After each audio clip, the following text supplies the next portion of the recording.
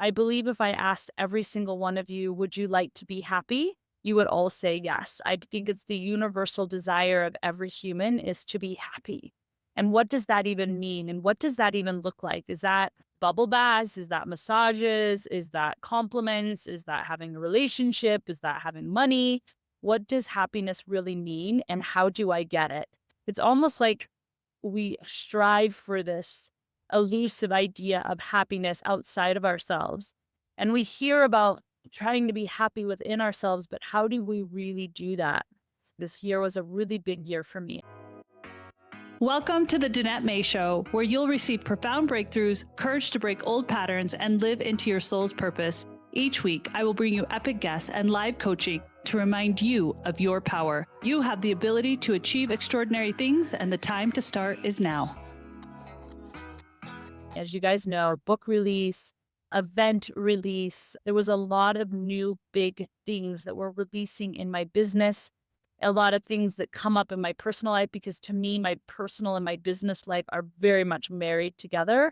So I was very tied to all this newness, and I was doing a lot of creation, a lot of hustle, a lot of working. I worked pretty much 6 months straight with every single day, no weekends off, no time off, working, and multiple hours a day. And there's nothing wrong when there's a season and a time that you need to get something done, or you need to you're just driven by inspiration. And I truly believe I was driven by inspiration. But something that's been calling me lately was this deeper inner shadow within myself that was basically asking me, Danette, do you feel loved? And do you feel you are enough if you are not doing? And I really looked at that because we all have 3 fears. One fear of failure, a fear of success, or a fear of judgment. And some of us can have a little bit of fear in all of them, but usually we have one that dominates and drives us. And I really recognized within myself this deep, after this whole year of putting on an event and doing a book and launching cacao and the Rise membership site, that I have actually a fear of judgment. And this judgment comes from wanting to be liked and wanting to be seen and wanting to be significant. And I'm speaking all of this so that you can be vulnerable into really asking yourself, what is your fear? And so my fear of judgment, my fear of maybe people not seeing my intentions or judging me for my actions was a deep underbelly within me. And so I was committed to, and I'm still in this commitment in the less and doing less and seeing what comes up for me, because my go-to is to work. My go-to is to putter around the house, to constantly make everything perfect, to please someone or do something. I don't really have an off button. I barely can sit through movies. And I realize that even in my coaching leaders, that this is a common theme. It's not really the fear of failure. It's the fear of success or the fear of judgment that's going on. And if I'm not willing to look at it, and I'm not really willing to unlayer within myself what comes up in this shadow of not enoughness, if I'm not doing and not creating and not showing up for everyone, who am I to coach at that level? Who am I to just read a book or to take a course on this without really diving into my own work? I'm letting you know this because this is how beautiful life works. You claim what you're going to step into, whether that's a relationship goal or enhancing your relationships or more patience or more stillness, like I said, or maybe even a business dream that's been beating in your heart, but you've been staying in too much stillness and you're not taking action. Whatever you call forth, let me tell you, the universe, God, source, whatever you want to call it, it's going to show up for you to really teach you right away those lessons. But without saying any names, I believe that I was basically opened up to a new lens, a new idea of what is really going on in the world and what's really going on in a small fraction of the world. But it had to be these people that I had put here, because I'm realizing that there's a gap between like me and someone I put up here, or me and someone I might put down here. And the truth is, we all have coursing in our blood, in our veins, this desire to be seen, this desire to be loved unconditionally, this desire to be happy. For me, my lens was opened up to this universal pain of all the glitz and cameras and lights and celebrity status can be on someone, but they can still be suffering inside.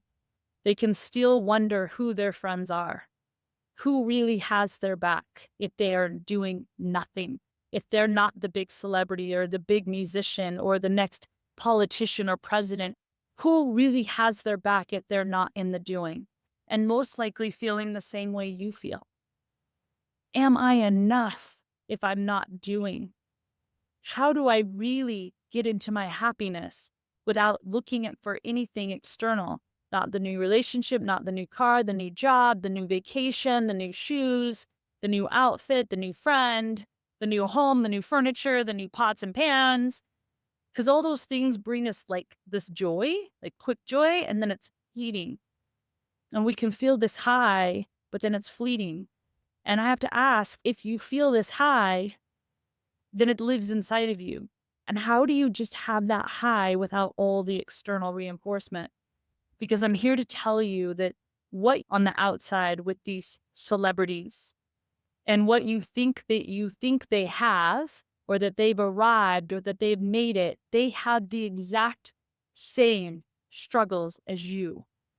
And when they go to sleep at night, and often most times cannot go to sleep at night, partying because they're afraid to be alone. And they are afraid to face that shadow of I am not enough. So I would love to have this conversation of where do we get happiness? And what are some of the steps to our happiness? Because I'm telling you, it's a universal language, it's a universal desire. And it's almost even more apparent to the people that you look up, to the people you think have it all together. We're in this together. That's the big lesson here is we're in this together. And I'm here to tell you that the relationship is fleeting, that the financials are fleeting. That job, that career, that's fleeting. That body you're banging right now, fleeting. Those are all just external.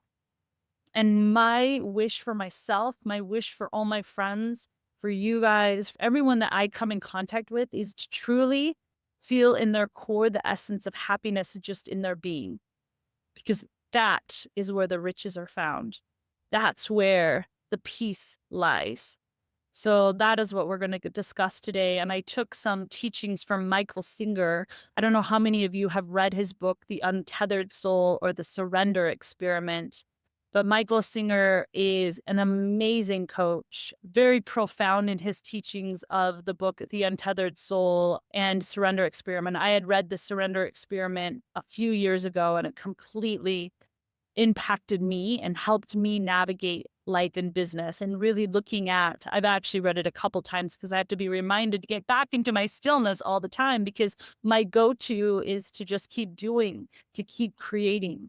So a lot of times we get thinking that we have to it's the big thing, the big irritant, the big teacher. For example, like a lot of people, I'll just use for example, because we keep using me as an example. You might think that for me to get rid of any shadows or for me to get truly into my center, my biggest teachers, like maybe my ex or the death of my son would be the big thing that I would need to look at and work with and reconcile to truly step into my happiness. And what Michael Singer would tell me is that it's not the big boulders that I need to be thinking about, it's the small pebbles. And I truly believe this, and I invite you to look at this. So the small pebbles would be someone who cut you off on the road, someone who didn't say hi to you. You waved to them and they didn't say hi back. The person that you heard said something about you or that just gave you a weird look, or it's the small little pebbles that are irritants that are actually the greatest way we can actually shift our existence internally. So when there is, for example, road rage, no one's really mad at that person cutting them off. You're not really mad at that. It's just that you have rage and you have this anger that's boiling up, and this thing is this opportunity to release and express it. Do you see that? And so that when you, for example, with road rage, and this can happen in many just different things, or maybe my husband did this, or my friend or my sister did this, and these are the small pebbles that create these irritants inside of us, and we want to express, or we want to rage, or we want to feel. Just understand that it's not that moment that's creating the anger. It's all the pent up energy from the past that's creating the expression in that moment. And so here, this is your opportunity. These small pebble moments are your opportunity to rewire the script that's going on, the past pain. Because believe it or not, your road rage, if you have it, is not because you don't like people cutting you off. It's because it's a space for you to express all the past pain that you have not dealt with. The same goes for someone who triggers you. You're like, oh my gosh, they didn't hang up their coat, they don't help out around the house, and they're triggering you. It's your past pain that is triggered that has to be dealt with. And for you to just go, I'm going to breathe. I'm just going to breathe through this. You're actually denying yourself this opportunity to heal past wounding. Because as we heal the past wounding, it's where we get to really unlayer to our true happiness. And so it's in these small pebbles that come in our way that we actually get to rewire all of the pain. And so here's what you do. It's called R&R.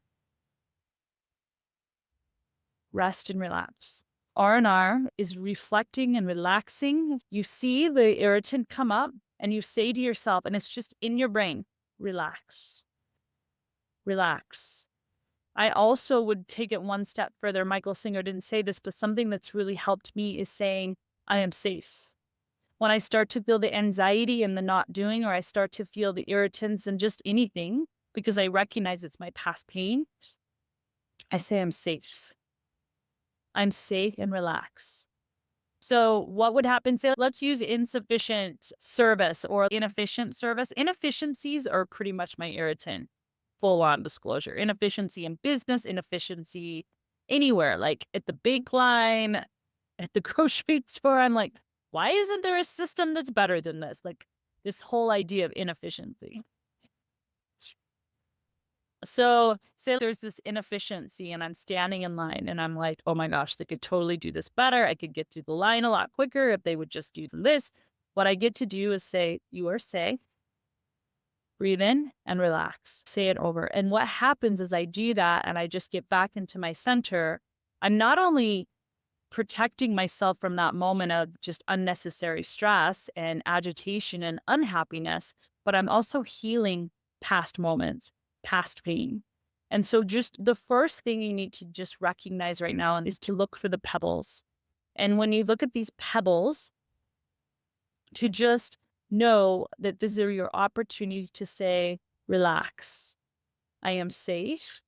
And then just recognize that you get to choose. And it's just a conscious awareness. That's all it is. This conscious awareness that I'm just recognizing this irritant and I'm saying, relax into it and I'm safe.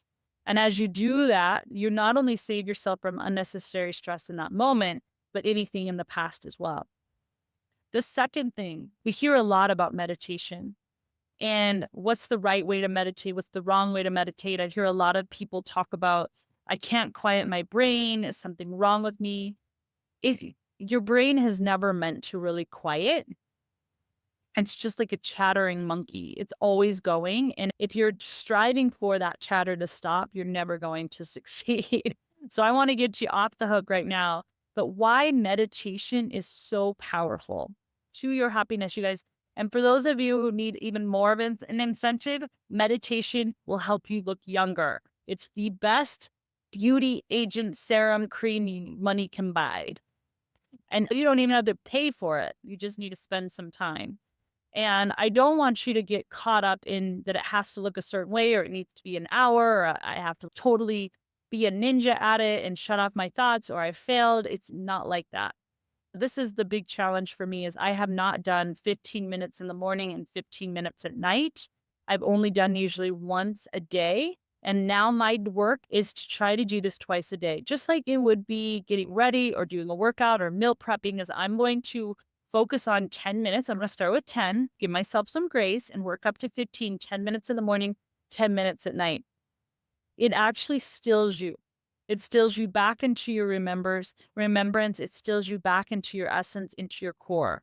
Or you can just choose to follow your breath. Just try to be aware of your breath and see what your mind is up to. Just be aware of your thoughts. Just sit there and be aware of your thoughts for 10 minutes and just observe what comes up, but give yourself that time. And this will help over time, you guys. So 10 minutes in the morning, 10 minutes in the afternoon or at night, whenever works for you. There's no right timer, but just twice a day on different end spectrums. Because what we're going to notice within ourselves is more peace, especially during this time, you guys. Also, a little bit more of this happiness, this internal tapping in. So, this is going to really help all of us get back into our center, back into the internal system of happiness, nothing external. Because as we turn inward and get into juiciness of that internalness, and it's not like we have to reach it, it's not like we're reaching some big enlightened thing as we do these meditations. It's just letting it unfold as it's going to unfold with no agenda, as well as committing to the small pebbles that come our way and just letting them be invitations for us to say, relax, relax, and I am safe. And just being conscious and aware of those moments. This, my friends, is our greatest work. This is my greatest work. And as I have sat in sacred circle with celebrities, with people that I only could dream of being around, I am more aware than ever of the humanness of each one of us, of the pain that we each feel, of the desire we all have to be seen and loved for just our soul, not for anything we produce or do. And there is nobody that is here. We are all here. Every single one of us are on our journey. And ultimately, it is our journey to self. It's our journey to our center. It's journey to our enoughness.